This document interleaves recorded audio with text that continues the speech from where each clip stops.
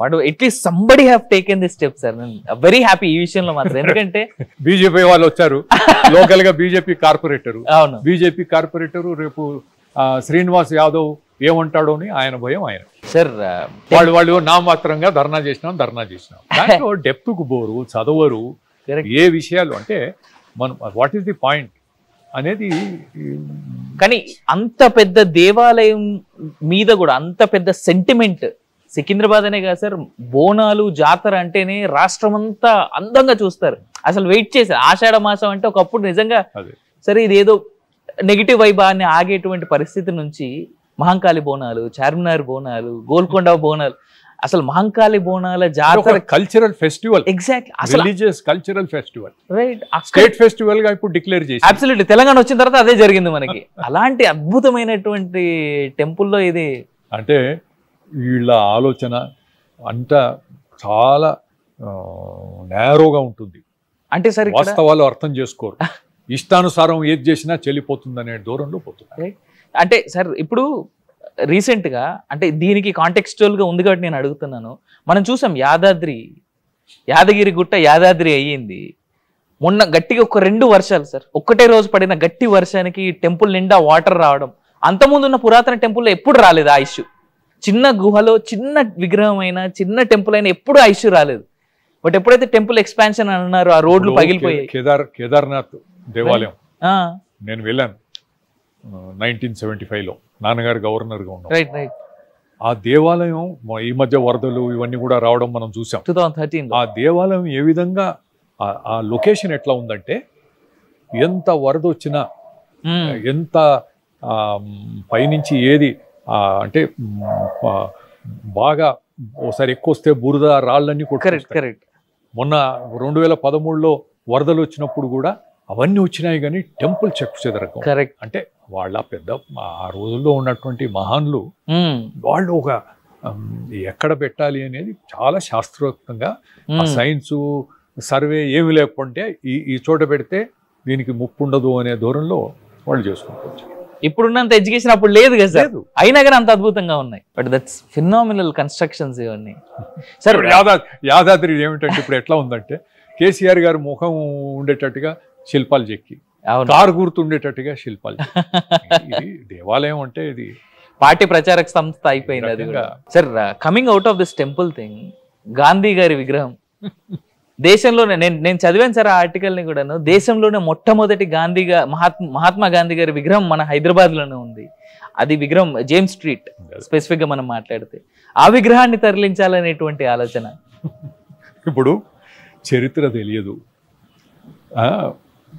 గతంలో ఉన్నటువంటి ఆనవాళ్ళు తుడిచేయాలి, చరిత్ర తిరిగి రాయాలి, ఏదో మేము చేసినట్టుగా చూపించుకోవాలి. మహంకాళి దేవాలయంలో పెద్ద విగ్రహం ఏంటంటే అబ్బో ఏదో బాగా గొప్ప ఘనకార్యం చేశాడో అని అనిపించుకోవాలి, అనాలోచితంగా. మహాత్మా గాంధీ విగ్రహం ఏదైతే ఉందో, గాంధీజీ చనిపోయింది 48లో, 1948. అంటే కొంతకాలానికి దీన్ని ఆలోచన చేసి ఇటలీ దేశంలో దీన్ని తయారు చేయడానికి ఆర్డర్ ఇచ్చి, ఆ రోజుల్లో కమ్యూనికేషన్స్ చెప్పడం, పెట్టడం, రావడం టైం పడుతుంది. అది వచ్చిన తర్వాత ఎన్నో రోజులకి ప్రతిష్ఠ జరుగుతుంది. అంటే వెంటనే ఆర్డర్ చేస్తే పంచలోహాల విగ్రహం అది. మామూలుగా మనం చూస్తాం స్టాచ్యూస్ పెయింట్ చేయాల్సి వస్తుంది, కరెక్ట్, కలరు ఒకటి గోల్డ్, ఒకటి రకరకాలుగా చేస్తారు. అది పంచలోహాల విగ్రహం ఏమిటంటే అది దానికి చెక్కు చెదరదు. 70 సంవత్సరాలు దాటినా అక్కడ చెక్కు చెదరకుండా ఉంది. అటువంటి విగ్రహం దానికి ఉండే పండిట్జీ స్వయంగా వచ్చి, అంటే దేశంలోనే మొట్టమొదటి విగ్రహం అనుకొని పండిట్జీ స్వయంగా వచ్చి దాన్ని ఆవిష్కరించారు. ఆ రోజు ప్యారడైజ్ థియేటర్ చాలా ఫేమస్. అప్పుడు air cooled theatre, first air cooled theatre, correct. చాలా మంది ప్రత్యేకంగా వచ్చేది ఎయిర్ కూల్డ్ అని. ఆ థియేటర్ ఓనర్ ఆయన ఒక దాత, తనకు ఉన్నటువంటి భూమి కవాడిగూడలో గ్రేవ్యార్డ్ కూడా డొనేట్ చేశాడని చెప్పారు. ఆ వారు అంజయ్య గౌడ్ గారు దీన్ని డొనేట్ చేసి ఏర్పాటు చేయించారు. పండిట్జీ రావడం, ప్రముఖులు బూరుగుల రామకృష్ణరావు గారు ఉన్నారు, నేను ఇస్తాను ఫోటో. విజయలక్ష్మి పండిత్ పద్మజ నాయుడు గారు కూడా పండిత్జీతో వచ్చారు. The legends of those time. ఆ ఫొటోస్ ఉన్నాయి నా దగ్గర. అది వాళ్ళు పంపించి ఇవన్నీ చరిత్ర. గాంధీజీ మొదటి విగ్రహం పండిత్జీ చేత ఆవిష్కరణ. ఇవన్నీ తెలవకుండా దాన్ని జరిపేస్తాం. దాన్ని పెడెస్టులు ఆ విగ్రహం అంతా డిజైన్ చేసింది రజా అనే ఆర్కిటెక్ట్, ఇటలీలో. లేదు ఇక్కడ అంటే దాని కూడా చేయడానికి రజా అనే ఆర్కిటెక్ట్ చేశాడు. అక్కడ రాసింది. ఓకే, చాలా ఫేమస్ ఆర్కిటెక్ట్ ఆయన. సో ఈ అనే మన సాంప్రదాయాలు పాత వాటికి గౌరవించేది మానుకొని ఇష్టానుసారంగా వీళ్ళు చేయాలనుకుని సరే. దాంతోపాటు మాంకాళి దేవాలయంలో ఉన్నటువంటి విగ్రహం ముందు పెద్ద విగ్రహం పెట్టినట్టు ఇక్కడ గాంధీజీ నిలువున అంటే లైఫ్ సైజు స్టాచ్యూ ఇది.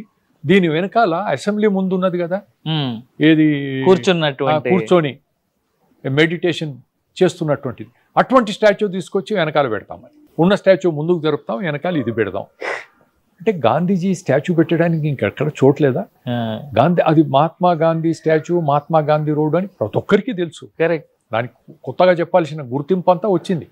గాంధీజీ స్వాతంత్రం రాకముందు సికింద్రాబాద్కు వచ్చినప్పుడు జేమ్స్ స్ట్రీట్ రైల్వే స్టేషన్లో దిగారు. అప్పుడు సికింద్రాబాద్ రైల్వే స్టేషన్ లేదంట. కరెక్ట్. జేమ్స్ స్ట్రీట్ రైల్వే స్టేషన్లో దిగి ఆ రోడ్న ఆ మార్గాన వెళ్ళిన దాన్ని గుర్తుపెట్టుకుని అంజయ్య గౌడ్ గారు ఇది ప్రతిపాదన చేశారు. కత్యవర్ స్టోర్స్ బిల్డింగ్ ఉంది, దాని ఎదురుగా ఇది. కరెక్ట్. ఓపెన్ ప్లేస్లో ఇది పెడదామని. అయితే వెనకాల ఇంకోటి పెట్టాలి అనేటువంటి ఆలోచన. ఒరిజినల్గా ప్లాన్లో ఏముందంటే వాష్రూమ్స్ కట్టాలి, అక్కడ లైబ్రరీ కట్టాలి, ఫుడ్ స్టాల్స్ పెట్టాలి. ఏమిటిది ఇప్పుడు ఎక్స్పాన్షన్ ప్లాన్ లో దాన్ని రీమోడలింగ్ ఏదో ఆ ప్రపోజల్ లో అది ఓపెన్ గా మీడియాలో వచ్చింది. ఇవన్నీ చేస్తున్నామని ఏదో ఆర్కిటెక్ట్స్ వాళ్ళు ఇదంతా చేస్తామని. సరే, ఇవన్నీ ఎవరికైనా ఆందోళన కలుగుతాయి. అసలు ఉండే దాంట్లో వాష్రూమ్స్ ఏంటి, అది ఫుడ్ కోర్ట్స్ ఏంటి, లైబ్రరీ ఏంటి, అది రోడ్డు మధ్య పెద్ద సందడి, పొల్యూషను, అక్కడ ఎవరు కూర్చోలేరు, ధ్యానం చేయలేరు. సరే, ఇవన్నీ పెట్టిన తర్వాత ఇది కరెక్ట్ కాదని చెప్పి వాటిని మేము 20వ తేదీ నాడు మేమంతా అక్కడికి వెళ్ళి ధర్నా చేయడం. ధర్నా కాదు, మేము వెళ్ళి చూసి మీడియాతో మాట్లాడాం. ఆయన వెంటనే అంటే అంతకుముందు ఏం చేశారంటే జనవరిలో అక్కడ ఫస్ట్ విజిట్ వచ్చినప్పుడు ఆయన ఏమన్నాడు, దీనికి అధికారులకు ఆదేశించాడు, దీనికి కొంత భూమి రోడ్ను కొనాలంట. దీని విస్తీర్ణం పెంచడానికి భూమి రోడ్ను కొనమంటాడు. 4 వైపులా ఫుట్పాత్ ఉంది, ముందు పార్కింగ్ ప్లేస్ ఉంది. అంటే ఇది ఆ ఆదేశం ఇచ్చిన దానికి ఏమైనా అర్థం ఉందా? ఇప్పుడు మనకు పండిత్జీ స్టాచ్యూ హ్యాబిట్స్లో ఉంది, పెద్ద సర్కిల్ ఉండేది. కరెక్ట్. క్రమంగా మనకు రోడ్ వైడనింగ్ ఇవన్నీ చేసుకునేటువంటి క్రమంలో ఆ సర్కిల్ విస్తీర్ణాన్ని తగ్గించాం. అవును. సరే, ఇక్కడ ఉండేదాన్ని వాళ్ళు దాన్ని ప్రొటెక్ట్ చేసుకుంటూ దాని బ్యూటిఫికేషను, సుందరీకరణ ఏది చేసినా చేస్తే ఫుట్పాత్ అనేది చుట్టూ లేకుండా ఉంటే, రోడ్డే ఉంటే కరెక్ట్ కాదు. అది ఉండే ఫుట్పాత్ని తీసేస్తాము, రోడ్ను అక్కడ దాకా పెట్టి చాలా పెద్దగా పెడతాం. ఎవడో ఆర్కిటెక్టు దానికి 3D విజువల్ పెట్టారు, అది చూస్తే ఓహో చాలా బాగుంది అనుకుంటారు. చూపిస్తే నేను కూడా ఒక ప్రముఖ పత్రిక సంపాదకునికి అది పంపించాను. అంటే ఆ వీడియో ముందు పంపిస్తే చాలా బాగుంది అన్నాడు. తర్వాత ఇవన్నీ ఎక్స్ప్లెయిన్ చేస్తే అర్థమైంది దాని చరిత్ర ఏంటి, అసలు ఎందుకు అక్కడ చూస్తే ఏముందంటే లేనిది ఉన్నట్టుగా చూపిస్తాం కదా, 3D యానిమేషన్ అవన్నీ చేసి ఇట్లా అక్కడ అలాంటి పరిస్థితి లేదు. చిన్నది దాన్ని బాగా చేసుకుని పెట్టుకోవాలి. సో అదైంది. మేము కాంట్రాక్టర్ చెప్పాడంట, ఆ రోజు మేము వెళ్ళినప్పుడు చెప్పాం, కాంట్రాక్టర్ చెప్పాడంట, మీరు దీన్ని టచ్ చేసే బాధ్యత నేను తీసుకోను. ఓకే, ఈ స్టాచ్యూ డ్యామేజ్ కావచ్చు, మేము బాధ్యత తీసుకోము, ఈ పని మాకు పెట్టకండి. ఇది అంటే దీన్ని ముందుకు జరిపి వెనక 10x10 ప్లాట్ఫామ్ పెట్టి 10 feet by 10 feet ప్లాట్ఫామ్ పెట్టి దాంట్లో ధ్యాన ముద్రలో ఉన్నటువంటి గాంధీ గారి విగ్రహాన్ని అక్కడ పెట్టాలి. ఇది ఈ రెండో విగ్రహం పెట్టే దాంట్లో అందరు కూడా ఏమిటంటే మహమ్మద్ బిన్ తుగ్లక్ను గుర్తు చేసుకుంటున్నారు. అంటే శ్రీనివాస్ యాదవ్ గారి వ్యవహారం అట్లా. ఏమనుకోవాలి చెప్పండి. ఇప్పుడు మీరు ఏమనుకుంటారు? దాంట్లో ఏమన్నా అర్థం ఉందా? లేనటువంటి చోట పెట్టండి. కరెక్ట్. చాలా చోట్ల గాంధీజీ పెట్టండి, అంబేద్కర్ పెడుతున్నాం, మనం చాలా ఇతరులు ఎంతో ప్రముఖులు అన్నీ పెడుతున్నాం. గాంధీజీది పెట్టండి. ఈ ఫస్ట్ స్టాచ్యూ దీనికి ఉండేటువంటి శాంక్టిటీ, దీనికి ఉండేటువంటి దాన్ని మనం కాపాడాలి కదా. అవును. But still nothing doing. ఈరోజు కూడా నేను చెప్పాను. ఇంకోటి ఏమిటంటే ఈరోజు నేను మళ్ళీ అధికారులకు లెటర్ రాస్తూ ఏమన్నానంటే, శ్రీనివాస్ యాదవ్ చాలా మొండిగా చేస్తాడు, నేను ఆయనను డైరెక్ట్గా అనదలుచుకోలేదు, కానీ ఆయనను సంతోష పెట్టాలని చాలామంది ఉంటారు కదా, ఏదో రకంగా మేము అడ్డుకుంటున్నాం. స్టాచ్యూ పెట్టాలంటే ఒకే రకంగా అవుతుంది. ఈ స్టాచ్యూని ఏదన్నా డ్యామేజ్ అయిందనుకోండి, తప్పనిసరిగా తీసి మళ్ళీ పెట్టాల్సి వస్తుంది. అవును.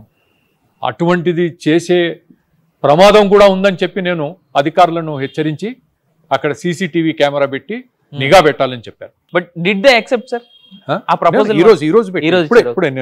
ఇప్పుడే ఇంటర్వ్యూ కూర్చో ముందు అదే పంపించాను. ఐ మీన్ ఆ మెయిల్ ఇప్పుడు ఏదైతే మీరు డ్రాఫ్ట్ చేశారు అది. Okay okay. ఎందుకంటే ఇప్పుడు నేను డిజాస్టర్ మేనేజ్మెంట్ లో ఏమిటంటే prevention. Correct. That is more important. Prevention is most important. Correct. అది అయిన తర్వాత ఏమిటి అనేది కాదు, కాకుండా ఏం చేయాలి. వీళ్ళ ఆలోచన దేనికైనా తగ్గిస్తారు, ఏదైనా చేస్తారు. అరే ఏం చేయాలి, అదేదో అయిపోయింది, డ్యామేజ్ అయిపోయింది, తీసేసి మనం కొత్తది పెడదాం, బ్రహ్మాండంగా పెడదామని చెప్పి చేసే ప్రయత్నం చేసే అవకాశం ఉంది అని చెప్పి నాకు ఆందోళనగా ఉంది. చాలా మందితో మాట్లాడితే ఏమైనా చేస్తారు సార్ వీళ్ళని. చూస్తున్నాం కదా సార్, చాలా విషయాలు ఎలాంటి జరుగుతున్నాయో సార్. సేమ్ టైం హైదరాబాద్ లో హౌసింగ్ సొసైటీకి అలొకేట్ చేస్తున్నటువంటి ల్యాండ్స్, నేను ఒకటి చెప్తాను. అంటే రాష్ట్ర వ్యాప్తంగా కూడా అధికార దుర్వినియోగం 2000 అంటే ఎప్పుడు ఏ పార్టీ అధికారంలో ఉన్నా కొంత తప్పులు జరుగుతూనే ఉంటాయి. నేను ఇదేదో ఒకే పార్టీ చేస్తుందని కాదు. అయితే అది ఇప్పుడు టోటల్గా నేషనలైజ్ అయిపోయినట్టు అయిపోయింది. ఓకే. అంటే ఏ రకంగా వాళ్ళు చేస్తున్నారంటే మొత్తం రాష్ట్రంలో ఏ విధంగా ఉంది అని తెలుసుకోవడానికి సనత్ నగర్ని మీరు ఒక ఎగ్జాంపుల్గా తీసుకోండి. ఇక్కడ భూముల విషయం, ఇళ్ల విషయం, అంటే ఎక్కడ భూమి ఉంటే అక్కడ ప్రభుత్వ భూమి దాన్ని కాజేయాలనేటువంటి ప్రయత్నం. ఈ మధ్య హౌసింగ్ బోర్డు సంబంధించి ఉన్నటువంటి ఒక స్థలం, దాన్ని పక్కన బస్తీ ఉంది, బంజారా లంబాడీలు నివసించే బస్తీ, ఎస్ఆర్ నగర్లో. ఆ బస్తీలో వీళ్ళు కూర్చొని అక్కడ పక్కన ఉండేటి 380 అంటే చిన్న ల్యాండ్ 380 యార్డ్స్, దాన్ని ఏదో తప్పుడు పత్రాలు సృష్టించేదో చేసుకున్నారు. అది ఏం చేసినా ఈ బస్తీ వాళ్ళు వెళ్ళి, సార్ ఇది మాది భూమి అంటే మార్చ్ 28, 2021 మంత్రి గారు తన సహచర మంత్రి హౌసింగ్ మినిస్టర్ అయినటువంటి ప్రశాంత్ రెడ్డి గారికి ఒక లేఖ రాశారు. లేఖ రాసి ఏమిటంటే, మీరు ఈ భూమి విషయం ఎంక్వైరీ చేయించండి, ఇక్కడ వాళ్ళది అంటున్నారు, మీరు ఎంక్వైరీ చేయించి ఆ రిపోర్ట్ నాకు పంపించండి యాజ్ ఎ స్పెషల్ కేస్. సరే, ఆ లెటరు మంత్రి గారు సంతకం, శ్రీనివాస్ యాదవ్ సంతకంతో పోయింది. ఆ లెటర్ చదివిన తర్వాత, ఆ లాంగ్వేజ్ చూసిన తర్వాత, ఇంగ్లీష్ ఆ లాంగ్వేజ్ చూసిన తర్వాత నాకు అంటే నవ్వాలన్నా ఏడవాలన్నా అర్థం కాలేదు. సరే, అందరికీ అన్ని రావు, కానీ స్టాఫ్ అయితే ఉండాలి కదా. అందుకని నేను నిన్న మంత్రికి రాసినటువంటి లేఖ కింద గమనిక పెట్టాను. గమనిక మీరు సులువుగా అర్థం చేసుకోవడానికి తెలుగులో రాస్తున్నారు, లేకపోతే ఇంగ్లీష్లో పాపం ఆయనకు ఇబ్బంది, చదివి చెప్పేవాడు ఏం చెప్తాడు. సార్ మంచి స్టాఫ్ ఉంది సార్ ఆయనకి. మరి ఆయన లెటర్ నేను చూసిన దాని తర్వాత సో ఆ హౌసింగ్ బోర్డు ల్యాండ్ ఏమిటి, ప్రశాంత్ రెడ్డి గారిని అడిగారు, చెప్పండి. అయిపోయింది. జూన్ 15 ఆ సైట్ విజిట్ పెట్టుకున్నాడు. ఆయన మంత్రి ఆయన ఏదో పెద్ద ప్రాజెక్ట్ సైటు, ఏదైనా ఉంటే పెద్ద ప్రాజెక్ట్ సైట్ అది ఉంటే విజిట్ చేస్తారు కదా. ఈ 380 గజాలు అది విజిట్ పెట్టుకొని 15 జూన్ 2021 దానికి దాని తర్వాత అంతకులోపు ఏమైంది? వెనకకు తిరిగి చూసుకుంటే డిసెంబర్ 2020లో మున్సిపల్ శాంక్షన్ తెచ్చుకున్నారు ఆ సైట్ మీద. ఆ సైట్ ఎవరైతే ఓనర్స్గా ఉన్నారో అని చెప్పుకున్నారో వాళ్ళు. 15 జూన్ మంత్రి వెళ్ళాడు.